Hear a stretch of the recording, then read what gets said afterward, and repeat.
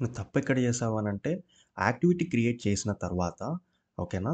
So, అక్కడ మనం exception handling అన్నది హ్యాండిల్ చేయలేదు మరి. ఓకే. సో, ఎక్సెప్షన్స్‌ని ఇక్కడ మనం హ్యాండిల్ చేయాలి గదా! ఓకే. ఏ యాక్టివిటీ అయినా మీరు క్రియేట్ చేయని. ఓకే. మినిమమ్ ఎక్సెప్షన్ హ్యాండ్లింగ్ అనేది మనం హ్యాండిల్ చేయాలి. ఓకే. లేదు అనంటే ఇలానే బాధపడాల్సొస్తది. ఓకే.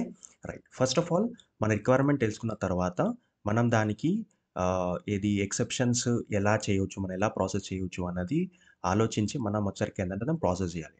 ఓకే. So, right. ఇప్పుడు ఫర్ సపోజ్ ఇక్కడ మనం ఆహ్, ఓబీజే ఓపెన్ బై హ్యాండిల్ చేసాం. ఓకేనా? ఇది ఏం చేస్తుంది? ఒక సింగిల్ రికార్డ్ యూజింగ్ పీజీఐఎన్ఎస్‌కి అది ఫెచ్ చేస్తుంది. ఓకే. సో, ఇక్కడ మనం ఏంటి అనంటే వెన్ కండిషన్స్‌లో ఇక్కడ మనకు చూసినట్టయితే ఇక్కడ మనకు వెన్ కండిషన్ అనేది రాయాలి.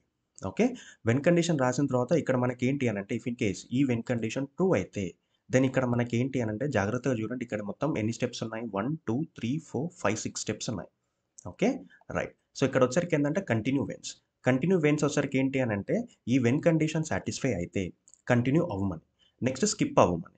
Next jump to latest step. ఈ జంప్ టు లేటెస్ట్ స్టెప్ వచ్చిన తర్వాత ఇక్కడ మనకొక లేబుల్ పక్కా ఇయ్యాలి. ఓకే. సమ్ లైక్ ఈఆర్ఆర్ అని సంథింగ్ ఏదో ఒకటి ఇవ్వాలన్నమాట. And then later on skip step. Okay. And later on exit iteration. Okay. Exit iteration అంటే ఏంటి అనంటే ఓన్లీ ప్రీ ట్రాన్సిషన్‌లో మాత్రమే ఎగ్జిట్ ఐటరేషన్ ఉంటుంది.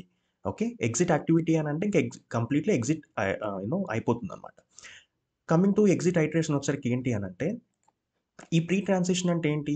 అంటే ఇక్కడ మనకు ఓబీజే ఓపెన్ బై హ్యాండిల్ ఈ స్టెప్ ఎంటర్ అవ్వకముందే, ఓకే. అవ్వకముందే ఈ వెన్ కండిషన్ అంటే ఈ ప్రీ ట్రాన్సిషన్ అన్నది ఎగ్జిక్యూట్ అవుతుంది కాబట్టి, ఈ ఆప్షన్ ఇక్కడ మనకు కనిపిస్తుంది. ఓకే. ఏది ఎగ్జిట్ ఐటరేషన్ అనేది ఆప్షన్ కనిపిస్తుంది. ఇప్పుడు మనం ఎగ్జిట్ ఐటరేషన్ చేసుకున్నామనుకో, అంటే ఎగ్జిట్ ఐటరేషన్ తీసుకుంటే ఇక్కడ ఏమైతది తెలుసా? ఇంకా ఈ స్టెప్‌కు వెళ్ళదు. అంటే ఈ మెథడ్ ఏదైతే ఉంటుందో అంటే ఓబీజే ఓపెన్ బై హ్యాండిల్ అవ్వనివ్వండి ఇంకా మీరక్కడ ఏం రాసినా పర్లేదు. ఓకేనా? ఇక అక్కడికెళ్ళదింక. ఓకే. సో, నెక్స్ట్ ఈ సెకండ్ స్టెప్‌కి వస్తుందనమాట. సో, అలా. ఓకే. రైట్. సో, అందుకే ఈ రెండిట్లో సేమ్ ఉంటుంది. బట్ ఇక్కడ మనకు జంప్ అనంటే పోస్ట్ ట్రాన్సిషన్‌లో ఇక్కడ మనకు ఎగ్జిట్ ఐటరేషన్ ఉండదు. ఓకే. అది డిఫరెన్స్ అనమాట. ఎందుకు ఎగ్జిట్ ఐటరేషన్ అనంటే ఎందుకుండదు అనంటే ఇక్కడ ఆల్రెడీ మెథడ్ ఎగ్జిక్యూట్ అయిపోయింది గదా! మళ్ళీ ఎగ్జిట్ అవ్వాల్సిన అవసరం ఏమున్నది?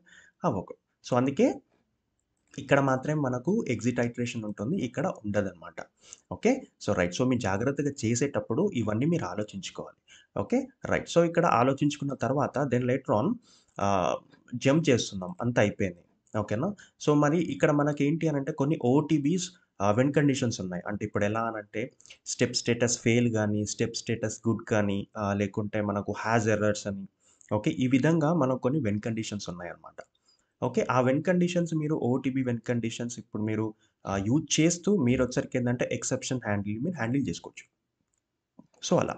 ఓకే. సో, ఈ విధంగా మీరు చేయండి. ఓకే. మినిమమ్ ఎక్సెప్షన్ హ్యాండ్లింగ్ అనేది మెయింటైన్ చేయాలి మీరు. ఓకే. రైట్. సో, ఇక్కడ మనం కొన్ని ఓటీబీ చూద్దాం. ఇది తెలిసిందే కదా!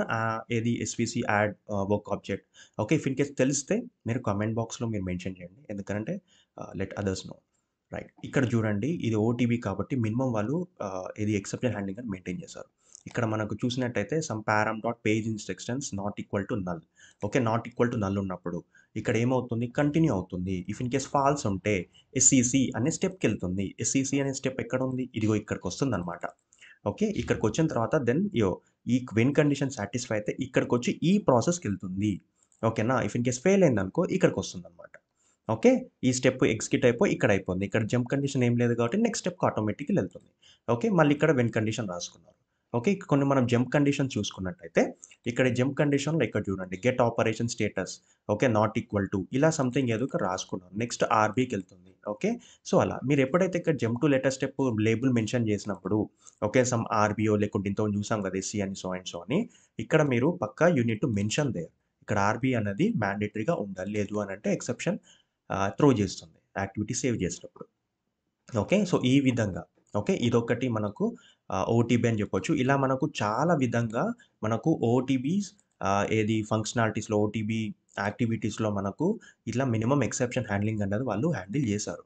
ఓకే. ఇఫ్ ఇన్ కేస్ మీకు టైమ్ ఉన్నప్పుడు మీరు చూడండి ఏ విధంగా చేయొచ్చు. ఓకే.